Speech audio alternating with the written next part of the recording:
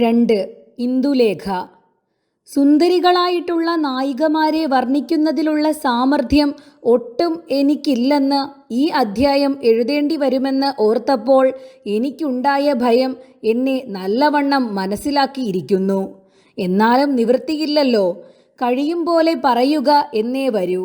ഇന്ദുലേഖയ്ക്ക് ഈ കഥ ആരംഭിക്കുന്ന കാലം ഏകദേശം 18 വയസ്സ് പ്രായമാണ്.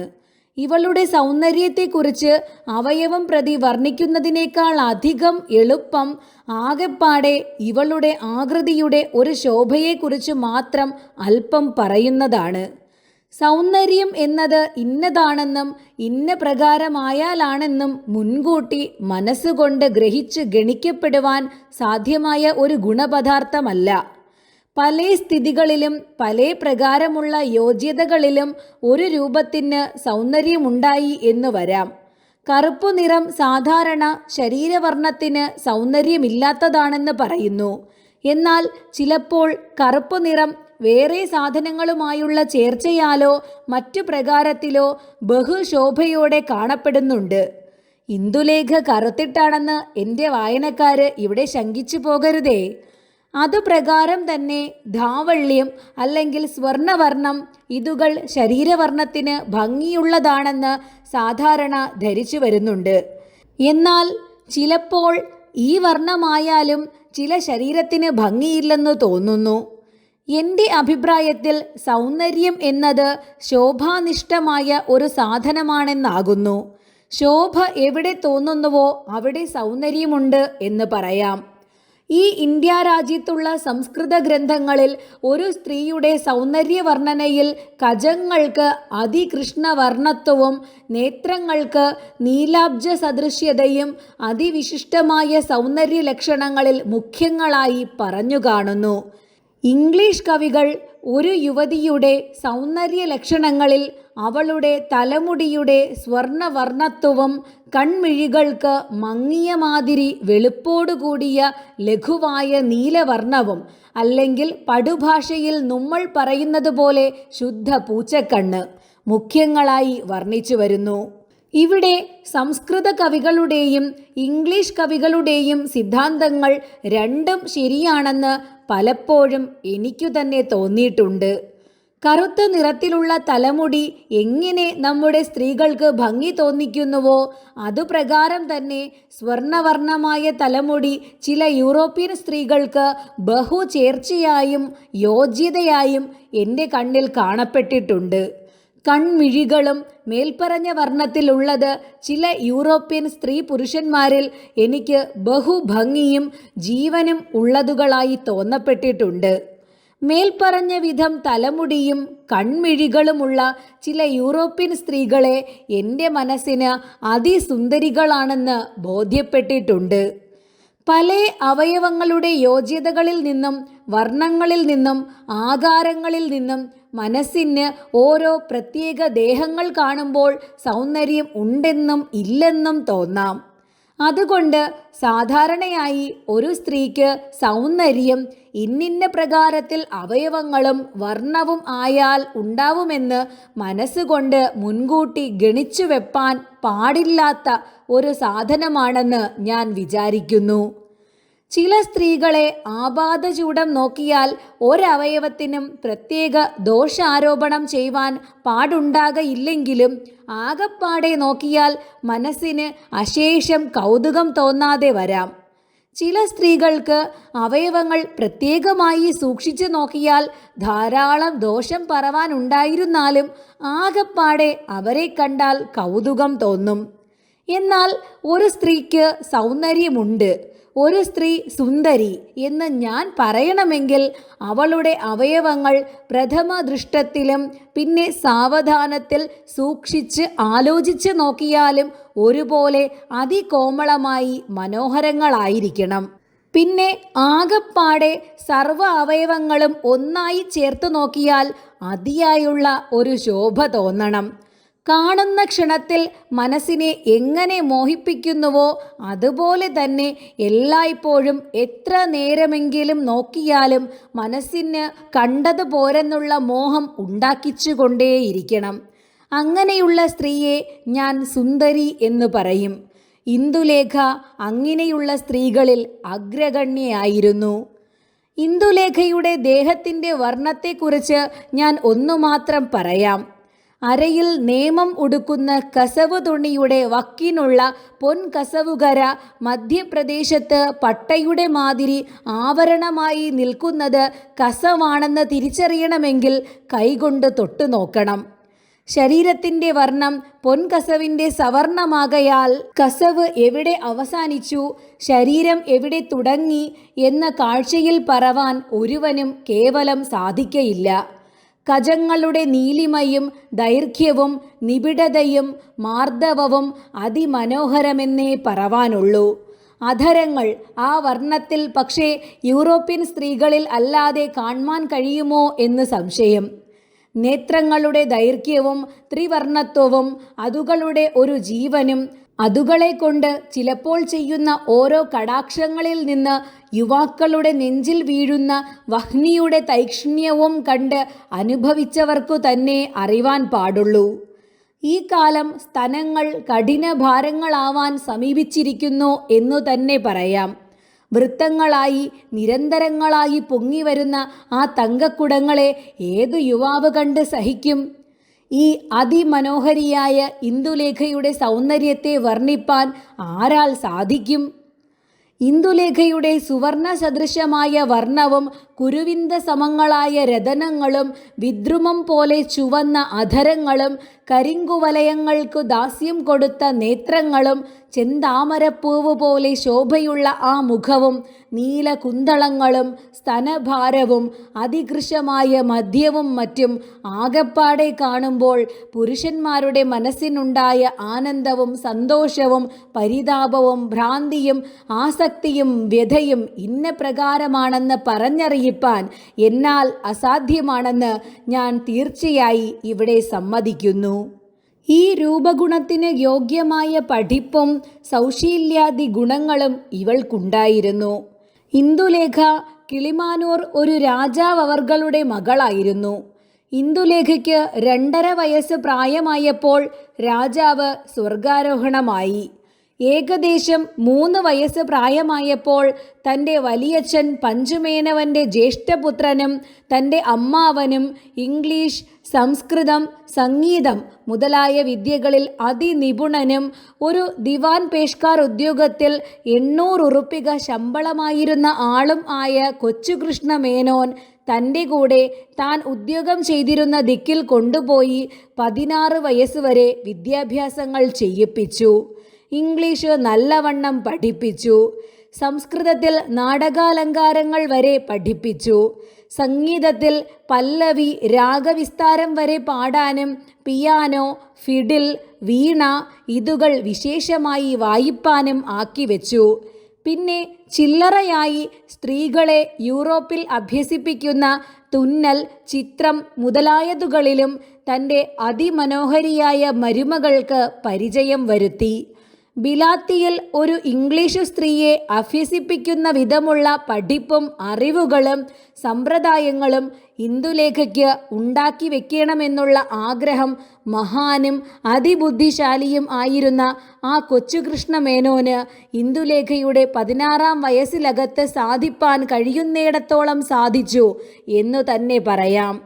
എന്നാൽ ഭാഗ്യം കേവലം ഒരിടത്തും സമ്പൂർത്തിയായി എന്ന് പറവാൻ മനുഷ്യന് സാധിക്കയില്ലല്ലോ.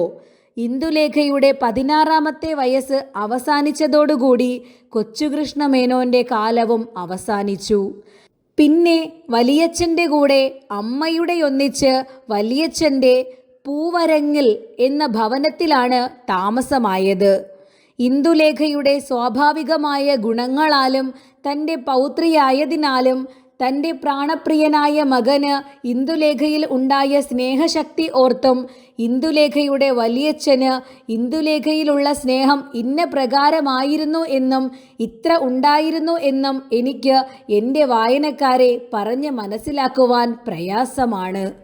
ഇന്ദുലേഖയ്ക്ക് താമസിപ്പാൻ പ്രത്യേകമായ ഒരു മാളിക ബംഗ്ലാവാണ് ശട്ടം ചെയ്തിരുന്നത്. ആ ബംഗ്ലാവിലെ എല്ലാ മുറികളിലും ഇംഗ്ലീഷു മാതിരി സാമാനങ്ങളും മറ്റും ഭംഗിയായി ശേഖരിച്ചു വെച്ച് ഇന്ദുലേഖയുടെ അഭീഷ്ടപ്രകാരം എല്ലാം ശട്ടം ചെയ്തു വന്നു.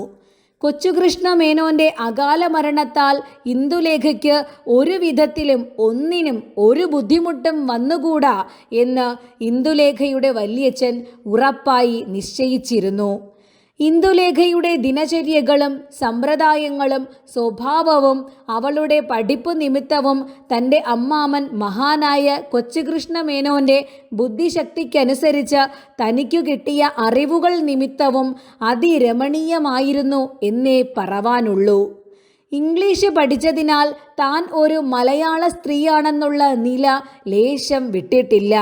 ഹിന്ദുമത ദ്വേഷമാകട്ടെ നിരീശ്വരമതമാകട്ടെ നിർഭാഗ്യവശാൽ ചിലപ്പോൾ ചില പഠിപ്പുള്ള ചെറുപ്പക്കാർക്കുണ്ടാകുന്ന പോലെ സർവരിലും ഉള്ള ഒരു പുച്ഛരസമാവട്ടെ ഇന്ദുലേഖയെ കേവലം ബാധിച്ചിട്ടേയില്ല. കുളികുറി, ഉടുപുടവ, സംസാരം, തൻ്റെ അമ്മ, മുത്തശ്ശി, വലിയച്ഛൻ, അമ്മാമൻ ഇവരിലുള്ള ഭക്തി, വിശ്വാസം, നാട്ടുകാർ സമീപവാസികളായി ഇംഗ്ലീഷ് പഠിക്കാതുള്ള തൻ്റെ സഖികളിൽ ഉള്ള ചേർച്ച, രാസക്യം, വിശേഷിച്ച് പറയുന്ന വാക്കുകളിലും ചെയ്യുന്ന പ്രവൃത്തികളിലും പ്രത്യക്ഷമായി കാണപ്പെടാവുന്ന താഴ്മയും ഗർവില്ലായ്മയും ഇതുകളെ എല്ലാം കണ്ട് ഇന്ദുലേഖയെ പരിചയമുള്ളവർ എല്ലായ്പ്പോഴും അത്ഭുതപ്പെട്ടിരുന്നു. ഇങ്ങനെയാണ് കുട്ടികളെ അഭ്യസിപ്പിച്ചു വളർത്തേണ്ടത് എന്ന് ബുദ്ധിയുള്ള ഏവനും പറയും. ഇന്ദുലേഖ ആ മഹാനായ കൊച്ചുകൃഷ്ണ മേനോന്റെ കീർത്തിലതയായിട്ടു തന്നെ തീർന്നു. ഇന്ദുലേഖയുടെ നേമത്തെ ആഭരണങ്ങൾ വളരെ ചുരുങ്ങിയ മാതിരിയാണ്. ആഭരണങ്ങൾ അമ്മാമൻ കൊച്ചുകൃഷ്ണ മേനോൻ കൊടുത്തതും അമ്മയുടെ വകയായി തൻ്റെ അച്ഛൻ കൊടുത്തത് തനിക്കു കിട്ടിയതും വലിയച്ഛൻ കൊടുത്തതും കൂടി അനവധിയുണ്ട്. എന്നാൽ ഇന്ദുലേഖ ഈ ആഭരണങ്ങളിൽ അത്ര പ്രിയം ഉള്ള ഒരു കുട്ടിയല്ലായിരുന്നു. വിശേഷ ദിവസങ്ങളിൽ വല്ല ആഭരണങ്ങളും വിശേഷവിധിയായി കെട്ടേണമെങ്കിൽ അമ്മയുടെയോ മുത്തശ്ശിയുടെയോ വലിയച്ഛൻ്റെയോ കഠിന നിർബന്ധം വേണം. കാതിൽ കൊത്തുള്ള തോടകളും കഴുത്തിൻ്റെ മധ്യത്തിൽ ഉരുണ്ട ഒരു സ്വർണ്ണ നൂലിന്മേൽ ചെറിയ ഒരു പതക്കവും അതിനു ചുവടെ ഒരു പരന്ന സ്വർണ്ണ നൂലിന്മേൽ നല്ല വിലയുള്ള വൈരവും പച്ചരത്നവും ചുവന്ന രത്നവും കൊണ്ട് വേല ചെയ്ത ഒരു പതക്കവും, കൈകളിൽ തഞ്ചാവൂരിൽ കിഴക്കൻ സമ്പ്രദായത്തിൽ വേല ചെയ്ത ഓരോ പൂട്ടുവളയും, കൈവിരലുകളിൽ സ്വൽപ്പം മോതിരങ്ങളും മാത്രമാണ് നേമം പെരുമാറുന്ന ആഭരണങ്ങൾ. എന്നാൽ ആഭരണങ്ങളിൽ അത്രയധികം പ്രീതിയില്ലെങ്കിലും ഇന്ദുലേഖയ്ക്ക് വസ്ത്രങ്ങളെ വളരെ താൽപ്പര്യമാണ്. വിശേഷമായ എഴയും കസവുമുള്ള ഒന്നരയും മേൽമുണ്ടും ദിവസം നിത്യവെള്ളയായി കുളിക്കുമ്പോഴും വൈകുന്നേരം മേൽ കഴുകുമ്പോഴും തയ്യാർ വേണം. കുജപ്രദേശങ്ങൾ എല്ലായ്പ്പോഴും ധവളമായ ഒരു കസവ് മേൽമുണ്ടുകൊണ്ട് മറച്ചിട്ടേ കാണാറുള്ളൂ. ഇങ്ങനെയാണ് നിയമമായുള്ള ഉടുപ്പ്. ഇന്ദുലേഖ എന്ന പേര് ഈ കഥയിലുള്ള മറ്റു സ്ത്രീകളുടെ പേരുമായി നോക്കുമ്പോൾ പക്ഷേ കുറെ അയോഗ്യമായിരിക്കുന്നു എന്ന് എൻ്റെ വായനക്കാർ വിചാരിക്കുമായിരിക്കാം. പേര് ഇങ്ങനെ വിളിച്ചു വന്നത് കൊച്ചുകൃഷ്ണ മേനോനാണ്.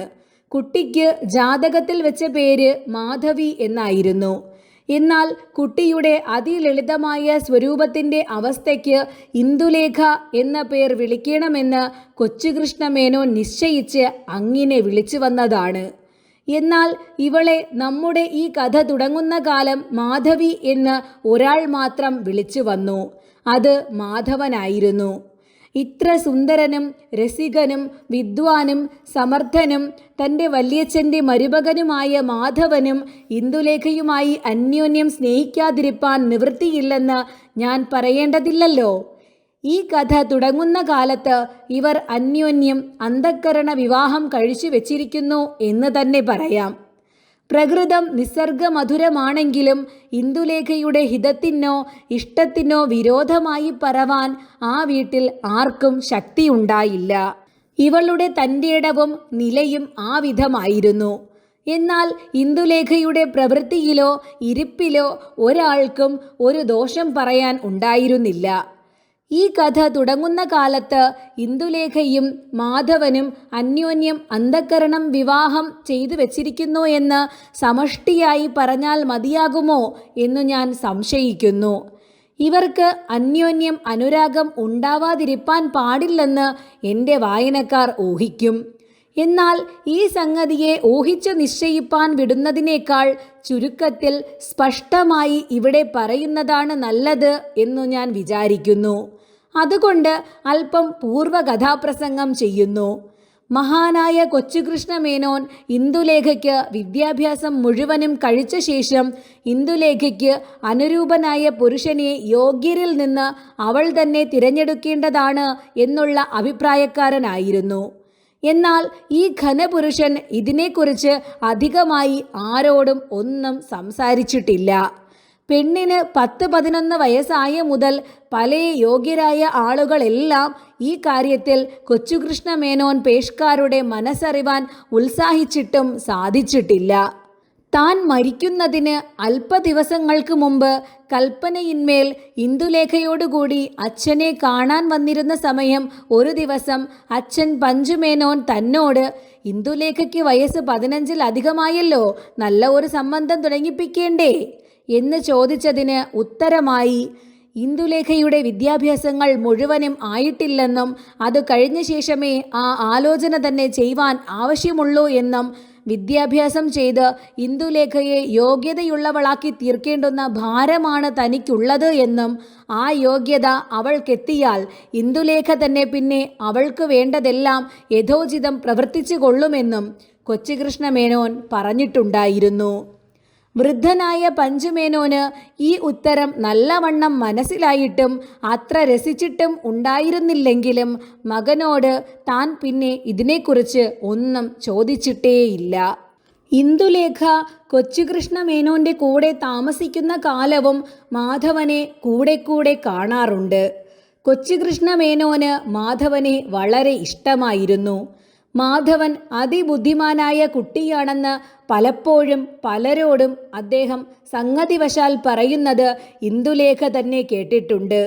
എന്നാൽ അതിൽ അധികമൊന്നും മാധവനെക്കുറിച്ച് അദ്ദേഹം പറയുന്നത് കേട്ടിട്ടില്ല. അദ്ദേഹത്തിൻ്റെ മനസ്സിൽ മാധവൻ ഇന്ദുലേഖയ്ക്ക് യോഗ്യനാണെന്ന് തീർച്ചപ്പെടുത്തിയിട്ടുണ്ടായിരുന്നുവോ ഇല്ലയോ എന്ന് ആർക്കും നിശ്ചയമുണ്ടായിരുന്നില്ല. കൊച്ചുകൃഷ്ണമേനോൻ്റെ മരണശേഷം പൂവരങ്ങിൽ താമസം തുടങ്ങിയതു മുതൽ ഇന്ദുലേഖയും മാധവനും തമ്മിൽ വളരെ സ്നേഹമായി തീർന്നു. മദിരാശിയിൽ നിന്ന് വീട്ടിലേക്ക് വരുന്ന സമയങ്ങളിൽ എല്ലായ്പ്പോഴും രണ്ടുപേരും തമ്മിൽ സംസാരിച്ചും കളിച്ചും ചിരിച്ചും സമയം കഴിച്ചു.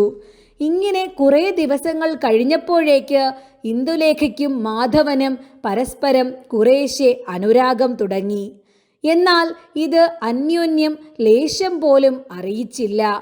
ഇന്ദുലേഖ അക്കാലം കേവലം അറിയിക്കാഞ്ഞത് മാധവന്റെ പഠിപ്പിന് വല്ല വിഘ്നവും അതിനാൽ വരരുത് എന്ന് വിചാരിച്ചിട്ടാണ്. മാധവൻ അറിയിക്കാഞ്ഞത് കുറെ ലജ്ജിച്ചിട്ടും പിന്നെ തനിക്ക് ഈ കാര്യം സാധ്യമാവാൻ പ്രയാസമുള്ളതായിരിക്കാമെന്ന് ശങ്കിച്ചിട്ടും ആകുന്നു. അങ്ങനെ തോന്നാൻ മാധവന് നല്ല കാരണമുണ്ടായിരുന്നു. ഇന്ദുലേഖ മലയാളത്തിൽ എങ്ങും പ്രസിദ്ധപ്പെട്ട ഒരു സ്ത്രീരത്നമായിരുന്നു. മഹാരാജാക്കന്മാർ മുതലായി പലരും ഈ കുട്ടിയെ കിട്ടേണമെന്ന് ആഗ്രഹിക്കുന്നുണ്ടെന്ന് കൂടെ പഞ്ചുമേനോന് വരുന്ന കത്തുകളാലും പൂവരങ്ങിലും മറ്റും വെച്ച് ഇതിനെപ്പറ്റി ആളുകൾ തമ്മിൽ ഉണ്ടാവുന്ന പ്രസംഗങ്ങളാലും മാധവന് നല്ലവണ്ണം അറിവുണ്ട്. ഇങ്ങനെയിരിക്കെ അന്ന് ഒരു സ്കൂൾ കുട്ടിയായ താൻ ഇതിനെ മോഹിക്കുന്നത് വെറുതെ എന്ന് മാധവന് ചിലപ്പോൾ തോന്നിയിട്ടുണ്ടായിരുന്നു. ആദ്യം ഉണ്ടായ വിചാരം ഇങ്ങനെയാണെങ്കിലും ക്രമേണ ഇന്ദുലേഖയിൽ മാധവന് അനുരാഗം വർദ്ധിച്ചു തന്നെ വന്നു. മദിരാശിയിൽ നിന്ന് വീട്ടിൽ വന്ന് പാർക്കുന്ന കാലത്ത് പകൽ മുഴുവനും ഇന്ദുലേഖയുടെ കൂടെ തന്നെയാണ് മാധവൻ എന്ന് പറയാം. വല്ല പുസ്തകങ്ങൾ വായിച്ചിട്ടും പാട്ട്, പിയാനോ, ചതുരംഗം മുതലായതുകൊണ്ട് വിനോദിച്ചും വൈകുന്നേരം പിരിയാറാവുമ്പോൾ രണ്ടു പേർക്കും ഒരു ദിവസവും പകൽ സമയം മതിയായില്ലെന്ന് തോന്നാതിരുന്നിട്ടില്ല. ഇങ്ങനെ കുറെ കാലം മദിരാശിയിൽ നിന്ന് മാധവൻ വീട്ടിൽ വന്ന സമയങ്ങൾ മുഴുവനും അന്യോന്യം രസിച്ചും അഹങ്കരിച്ചും വിനോദിച്ചും കഴിഞ്ഞു. ഇന്ദുലേഖയും മാധവനും തമ്മിലുള്ള സംബന്ധസ്ഥിതി കൊണ്ടും രൂപം കൊണ്ടും പഠിപ്പ് കൊണ്ടും ഇവരു തമ്മിൽ ഇങ്ങനെ സ്നേഹിച്ചു വന്നതിൽ അല്പം ആളുകൾ ഒഴികെ ശേഷം എല്ലാവർക്കും സന്തോഷമായിരുന്നു. എന്നാൽ ഇന്ദുലേഖയെ മാധവന് ഭാര്യയായി കിട്ടുമോ എന്ന് പിന്നെയും ഒരു ശങ്ക എല്ലാവർക്കും ഉണ്ടായി. മലയാളത്തിലെ സ്ഥിതി അറിയുന്ന ആൾക്ക് ഈ ശങ്ക ഉണ്ടാവാതിരിപ്പാൻ പാടില്ലല്ലോ. തിരുവനന്തപുരത്ത് പൊന്നുതമ്പുരാൻ കൂടി ഇന്ദുലേഖയെ അമ്മച്ചിയാക്കി കൊണ്ടുപോകുവാൻ ആലോചനയുണ്ടെന്നാണ് ആ കാലത്ത് പഞ്ചുമേനോന്റെ മുഖത്തിൽ നിന്നു തന്നെ ചിലർ കേട്ടിട്ടുള്ളത്. അപ്പോൾ മേൽപ്പറഞ്ഞ ശങ്ക ഉണ്ടായതിൽ അത്ഭുതമില്ലല്ലോ. അങ്ങനെ ഇരിക്കുമ്പോൾ നമ്മുടെ കഥ തുടങ്ങുന്നതിന് കുറെ മുമ്പ് മാധവൻ BL പരീക്ഷയ്ക്ക് പോയി. പരീക്ഷ കഴിഞ്ഞ ഉടനെ വീട്ടിലേക്ക് വന്നു. മുമ്പത്തെ പ്രകാരം ഇന്ദുലേഖയുമായി കളിച്ചും വിനോദിച്ചും ഇരുന്നുവെങ്കിലും ക്രമേണ മാധവന് ഇന്ദുലേഖയിൽ അനുരാഗം വർദ്ധിച്ചു കലശലായി തീർന്നു. എന്ത് പൊന്നു തമ്പുരാൻ, ഏത് രാജാവ്, എൻ്റെ ഇന്ദുലേഖ എൻ്റെ ഭാര്യ തന്നെ, അങ്ങനെ അല്ലെങ്കിൽ പിന്നെ ഞാൻ ജീവിച്ചിരിക്കുകയില്ല എന്ന് മനസ്സിൽ ഉറച്ചു തുടങ്ങി. ഈ കാലത്ത് ഇന്ദുലേഖയുടെ മനസ്സെന്താണെന്നറിവാൻ മാധവന് അത്യാഗ്രഹം ഉണ്ടായിരുന്നു. ഇന്ദുലേഖയ്ക്ക് മാധവനോട് അങ്ങോട്ട് ഇങ്ങോട്ടുള്ളതിനേക്കാൾ പക്ഷേ അധികം അനുരാഗം ഉണ്ടായിരുന്നുവെങ്കിലും ഇന്ദുലേഖ മാധവനോട് ഇതിനെക്കുറിച്ച് യാതൊരു പ്രകാരവും നടിച്ചില്ല. കളി, ചിരി, പാട്ട് മുതലായത് കൂടാതെ എല്ലായ്പ്പോഴും അതിലധികമൊന്നും ഇന്ദുലേഖയുടെ പ്രകൃതങ്ങളിൽ നിന്ന് മാധവന് അറിവാൻ കഴിഞ്ഞില്ല. മാധവൻ അല്പം പ്രസരിപ്പുള്ള കുട്ടിയാകയാൽ മാധവന്റെ മനസ്സിൻ്റെ ചേഷ്ടകൾ ഈയിടെ കുറേശ്ശെ പുറത്ത് കാണാറായി തുടങ്ങി. അതിനൊന്നും ഇന്ദുലേഖ അശേഷം വിരോധവും വിമുഖതയും ഭാവിക്കയില്ല. എങ്കിലും തൻ്റെ അനുരാഗചേഷ്ടകളെല്ലാം മാധവനിൽ നിന്ന് കേവലം മറച്ചുവെച്ചിരുന്നു. അങ്ങനെ ഇരിക്കുമ്പോൾ ഒരു ദിവസം മാധവനും ഇന്ദുലേഖയും കൂടി ചതുരംഗം കളിച്ചുകൊണ്ടിരിക്കെ മാധവൻ താൻ വയ്ക്കേണ്ട കരു കയ്യിലെടുത്ത് ഇന്ദുലേഖയുടെ മുഖത്തേക്ക് അസംഗതിയായി നോക്കിക്കൊണ്ട് കളിക്കാതെ നിന്നു. ഇന്ദുലേഖ: എന്താണ് കളിക്കാത്തത്? കളിക്കരുതേ. മാധവൻ: കളിക്കാൻ എനിക്കിന്ന് അത്ര രസം തോന്നുന്നില്ല. ഇന്ദുലേഖ: ഈയിടെ കളി കുറെ അമാന്തമായിരിക്കുന്നു. പക്ഷേ പരീക്ഷയുടെ കാര്യം അറിയാത്ത സുഖക്കേട് കൊണ്ടായിരിക്കാം. അതിനെക്കുറിച്ച് ഇപ്പോൾ വിചാരിച്ചിട്ട് ഒരു സാധ്യവുമില്ലല്ലോ. മനസ്സിന് വെറുതെ സുഖക്കേടുണ്ടാക്കരുതേ. മാധവൻ: പരീക്ഷയുടെ കാര്യം വിചാരിച്ചിട്ടേയില്ല.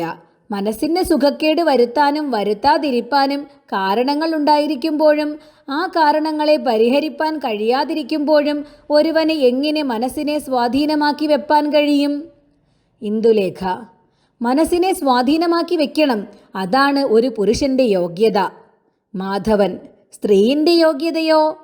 ഇന്ദുലേഖ: ഒരു സ്ത്രീ ഇപ്പോൾ മനസ്സിന് സുഖക്കേട് തോന്നി കളിപ്പാൻ രസമില്ലെന്ന് പറഞ്ഞില്ല. മാധവനല്ലേ കളിപ്പാൻ ഇന്ന് അത്ര രസം തോന്നുന്നില്ലെന്ന് പറഞ്ഞത്? മാധവൻ: പക്ഷേ ഇന്ദുലേഖ മനസ്സിനെ സ്വാധീനമാക്കി വെച്ചിട്ടുണ്ടായിരിക്കാം. ഇന്ദുലേഖ: ഞാനത് പരീക്ഷിച്ചിട്ടില്ല. സ്വാധീനമല്ലാതെ തോന്നുമ്പോൾ അല്ലേ ഈ പരീക്ഷ ചെയ്യേണ്ടത്? സ്വാധീനമല്ലെന്ന് ഇതുവരെ എനിക്ക് തോന്നിയിട്ടില്ല. അങ്ങനെ തോന്നാൻ സംഗതി ഉണ്ടായിട്ടില്ല. മാധവൻ: മനസ്സിന് ഇച്ഛിക്കുന്നത് സകലവും സാധിച്ചു കൊണ്ടിരിക്കുമ്പോൾ മനസ്സു നിമിത്തം ഉപദ്രവമുണ്ടാവാൻ ഇടയില്ല.